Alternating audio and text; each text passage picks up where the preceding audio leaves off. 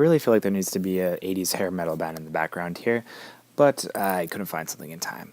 This is Chainsaw Warrior, a game from the 80s where you are a chainsaw-wielding warrior who must stop the zombie hordes in New York City before it's too late. Let's take a look and see how this campy game fits onto iOS. Each time you do a random run in this game, you will create a character. You roll dice to determine different stats such as your endurance, the amount of hits you can take, ooh, that was a nice roll, as well as your hand-to-hand combat and your range combat abilities. All these will come to play in different encounters in the game, which is basically a deck of cards as you roll card after card and see what you're up against in each situation. After you roll your stats, you'll have certain points you can spend to get different equipment.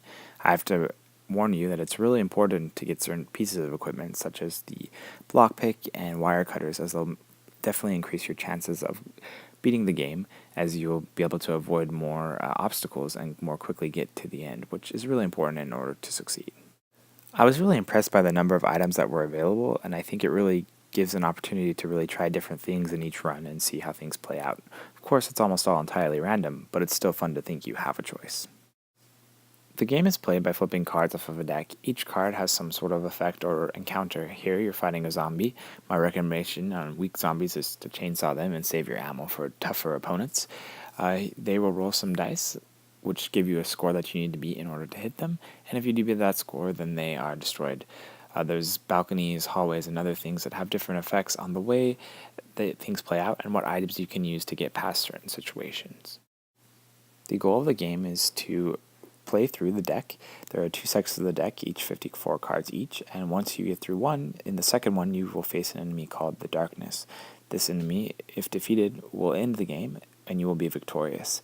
However, there are many other ways you can lose before you reach this point.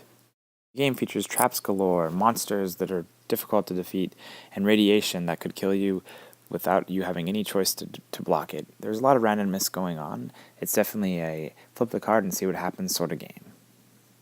And that is not really a criticism. The game is random, but it knows what it is and pretty clearly shows you with the number of cards and dice involved. The game features other basic options such as help, credits. There's a tutorial that will continue to go. You can turn off the dice to make the game even faster, so it just shows you the results rather than the rolling animation.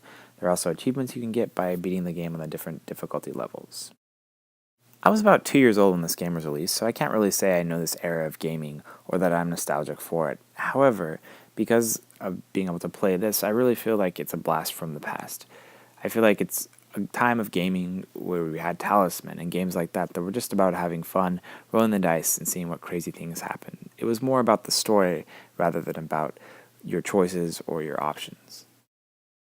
If you're a heavy Eurogamer and that's what you enjoy, this is definitely not a game for you. Again, this is a Games Workshop game, and I think that even that tells you a lot about the design of the game. It's all about rolling dice, having fun, and seeing if you maybe just picked the right items to get through the adventure this time. There never is a right answer since you really don't know what you're going to face and in what order. The app seems to function well. There's not a ton going on, but it definitely is clear and nice. I would have loved to see some leaderboards or some comparison with other players, but again, everything's so random, so I'm not sure really any comparison is very fair. I've really enjoyed this as a quick bus game. You just play through, see what happens, and have a little fun. There's not really a ton of choices, whether to shoot or to go hand-to-hand. That's basically it, but it definitely is enjoyable and something I would definitely recommend.